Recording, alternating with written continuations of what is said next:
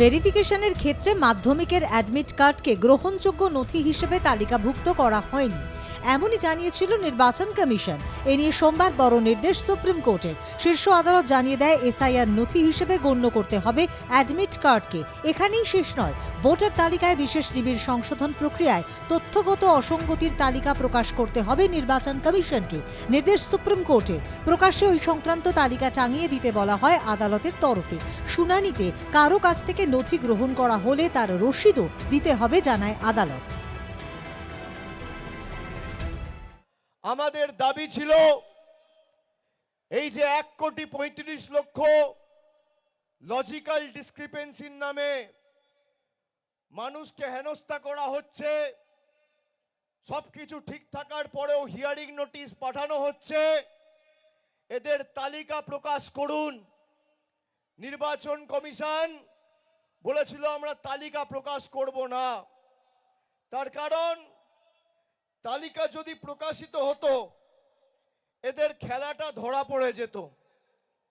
আমরা বলেছিলাম যে হিয়ারিং ভেন্যুতে আমাদের দলের বিএলএ টুরা থাকবে, নির্বাচন কমিশন বলেছিল থাকবে না। আমরা বলেছিলাম নির্দেশিকা তাহলে আপনি জারি করুন, যদি নির্দেশিকা জারি না করেন তৃণমূল কংগ্রেস হিয়ারিং ভেন্যু ছাড়বে না। নিশ্চিত বিরোধীদের চক্রান্তের বেড়াজাল ভেঙে চূর্ণ বিচূর্ণ করেছে এই জেলার মাটি বরাবর।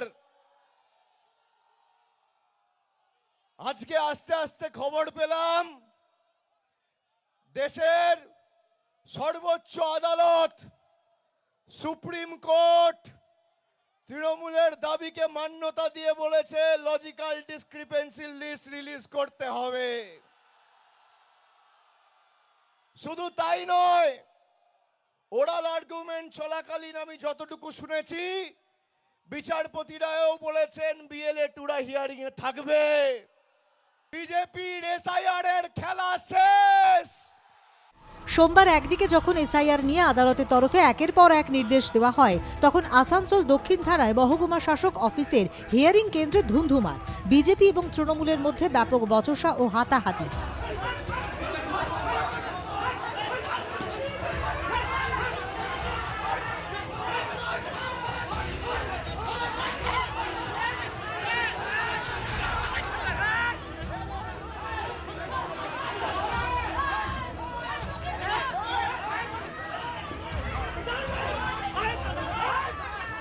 তৃণমূলের অভিযোগ, একটি কালো গাড়ি করে প্রচুর পরিমাণে ফর্ম 7 বিজেপি নেতৃত্বরা হিয়ারিং কেন্দ্রে নিয়ে আসে। ঘটনা জানার পরই তৃণমূলের নেতৃত্বরা গাড়ি ঘিরে বিক্ষোভ দেখায়।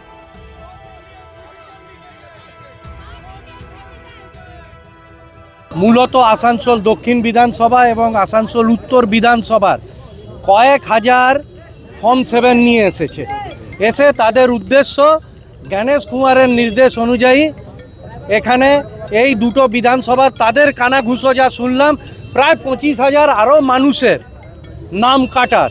এবং আমাদের বক্তব্য হচ্ছে ইন্ডিভিজুয়াল কেউ ফর্ম আনেনি, তাদের যদি কোনো এই ধরনের বক্তব্য থাকে সেটা থ্রু বিএলও তাদের জানানো উচিত, বা তাদের দলের যারা বিএলএ আছে তারা জানাবেন। তারা সেটা করেননি। প্রায় 22 থেকে 25,000 নাম, কয়েক হাজার ফাইল দেখেছেন, কালো একটা হন্ডা গাড়িতে করে ওরা এনেছে এবং মহিলারাও তাদের সব এনেছে। আমরা ধরাতে আমাদের পূর্ণেন্দু চৌধুরী ব্লক সভাপতি আসানসোল দক্ষিণের, তিনি আমাদের যখন খবর দেন, আরও আমরা কাউন্সিলররা আরও যারা আছেন আমরা সবাই ওনার নির্দেশ পেয়ে এখানে হাজির হই এবং আমরা দেখি ওখানে প্রায় 150-200 বড় বড় ফাইল, মোটা এই ধরনের ফাইল নিয়ে বিজেপি কর্মীরা ঢুকতে যাচ্ছেন যে ফর্ম 7-এ এদের নাম বাদ দেওয়া।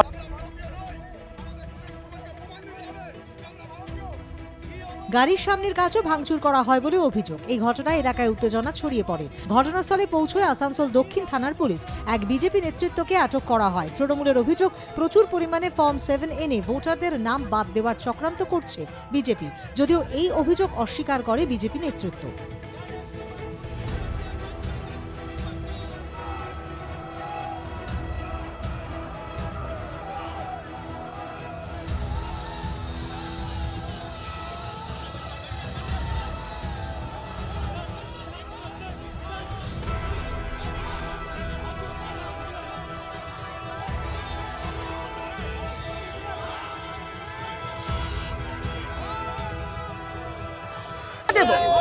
কিভাবে ইলেকশন হবে দেখে নিন।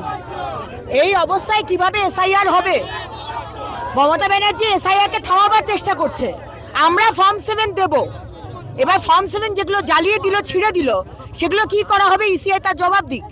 মমতা ব্যানার্জি চাইছেন এসআইআর না হোক, কারণ এই 15 বছর ধরে যে রোহিঙ্গা বাংলাদেশি ডাবল ভোটারদের দিয়ে উনি জিতে এসেছেন, তাদের নামগুলো তো বাদ যাবে, এবার বাদ যাচ্ছে, সেটাই ওনার সহ্য হচ্ছে না।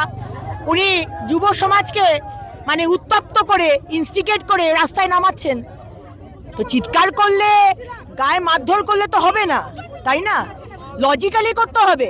আপনাদের অসুবিধাটা কোথায়? ইলেকশন কমিশনকে জানান, আদালতে যান, কিন্তু আপনি আপনারই আরেকজন ভাই বা বোনের গায়ে হাত দিচ্ছেন, ফাইলগুলো পুড়িয়ে দিচ্ছেন। এই অরাজকতা, এই আনারকির রাজত্ব একমাত্র মমতা ব্যানার্জি পারেন, আর সেটাই চলছে। এসআইআর নিয়ে তৃণমূল কংগ্রেসের নাটকবাজি চলছে। তো এই নাটকবাজি বেশি দিন চলবে না। রাজ্যের মুখ্যমন্ত্রী প্রথমে বলেছিলেন যে এসআইআর আমি মানি না, আমি এসআইআর করতে দেব না।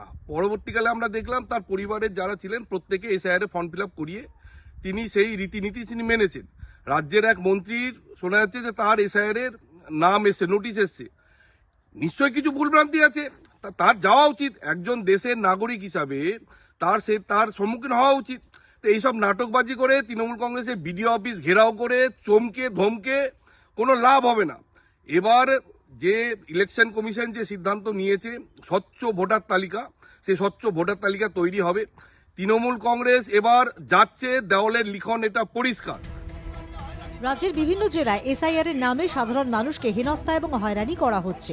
এরই প্রতিবাদে মালদায় আন্দোলন, শাসক দল তৃণমূলের প্রতিবাদে জেলা জুড়ে বিক্ষোভ কর্মসূচি এবং ব্লক দফতরের সামনে ধর্ণা কর্মসূচি তৃণমূলের। ঠিক একই রকম ভাবে এদিন সকাল থেকেই মালদহের ইংরেজ বাজার ব্লক দপ্তরের সামনে ধর্ণায় বসে তৃণমূল কংগ্রেস। এসআইআর এর মাধ্যমে সাধারণ মানুষকে হেনস্থা করার প্রতিবাদ জানানো হয়। অন্যদিকে মালদহের বামুনগোলা ব্লক তৃণমূল কংগ্রেস এবং তৃণমূল যুব কংগ্রেসের পক্ষ থেকে পাকুয়াহাট ডিগ্রি কলেজের সামনেও বিক্ষোভ দেখানো হয়।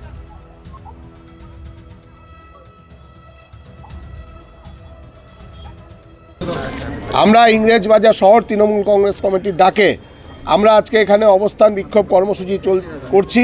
কারণ আপনারা দেখতে পাচ্ছেন যে বিজেপির নির্দেশে নির্বাচন কমিশন আজকে বেছে বেছে সাধারণ মানুষের নাম ভোটার তালিকা থেকে তারা বাদ দিচ্ছে। আমরা এটা কোন বাংলায় আমরা বসবাস করছি? যে নেতাজি আজকে আমাদেরকে স্বাধীনতা এনে দিয়েছে, যে নেতাজি এই পৃথিবীর অন্যতম শ্রেষ্ঠ বাঙালি, আজকে সেই নেতাজির পরিবারকে এসআইআর এর নাম করে এই বিজেপি আজকে তাদেরকেও ছাড়ছে না। দুর্গাপুর মহকুমা শাসক দপ্তরে উত্তেজনা ছড়িয়ে পড়ে। বিজেপি দুষ্কৃতীরা বৈধ ভোটারদের নাম 7 নম্বর ফর্মে ভরে জমা দিতে এসেছিল বলে অভিযোগ। তখনই তৃণমূলের কর্মী সমর্থকরা বাধা দেয়।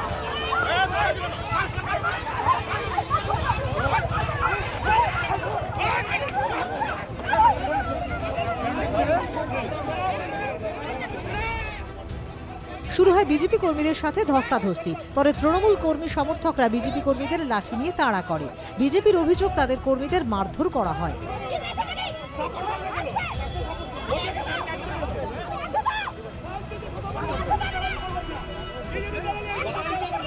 বাংলায় কোনো স্বাধীনতা নেই।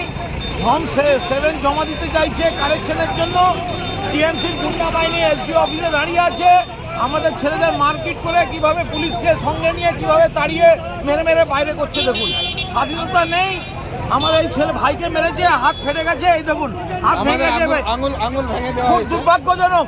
একটা ইলেকশন কমিশনের আন্ডারে একটা প্রোগ্রাম চলছে, সেই প্রোগ্রামটা ভেস্তে দেওয়ার জন্য এই চক্রান্ত। এসআইআর যাতে অসফল হয় সেই জন্য চক্রান্ত বাংলার জায়গায় জায়গায় চলছে, আমাদের দুর্গাপুরের বুকে চলছে, আপনি দেখতে পাচ্ছেন। এসআইআর প্রক্রিয়ার শুনানিতে সাধারণ ভোটারদের হয়রানির প্রতিবাদে হাওড়াতেও তৃণমূল শিবির ধর্নায় বসে। হাওড়া জেলা শাসকের অফিসের নিচে হাওড়া সদর তৃণমূল কংগ্রেসের সভাপতি এবং উত্তর হাওড়ার বিধায়ক গৌতম চৌধুরীর নেতৃত্বে চলে ধর্না। তৃণমূলের অভিযোগ, খসড়া ভোটার তালিকায় নাম থাকা সত্ত্বেও বারবার ভোটারদের শুনানিতে ডাকা হচ্ছে এবং তাদের থেকে নানান ধরনের তথ্য চাওয়া হচ্ছে। এছাড়াও ভোটার তালিকা থেকে নাম বাতিলের জন্য 7 নম্বর ফর্ম বিজেপি থেকে নেওয়া হচ্ছে। এর ফলে হাজার হাজার বৈধ ভোটারের নাম বাতিলের সম্ভাবনা দেখা দিয়েছে। একটি বুথে 400 থেকে 500 ভোটারকে কোনো কারণ ছাড়াই শুনানিতে ডাকা হচ্ছে। এরই প্রতিবাদে লাগাতার আন্দোলন চলবে, হুঁশিয়ারি তৃণমূলের। ব্যুরো রিপোর্ট, আর প্লাস নিউজ।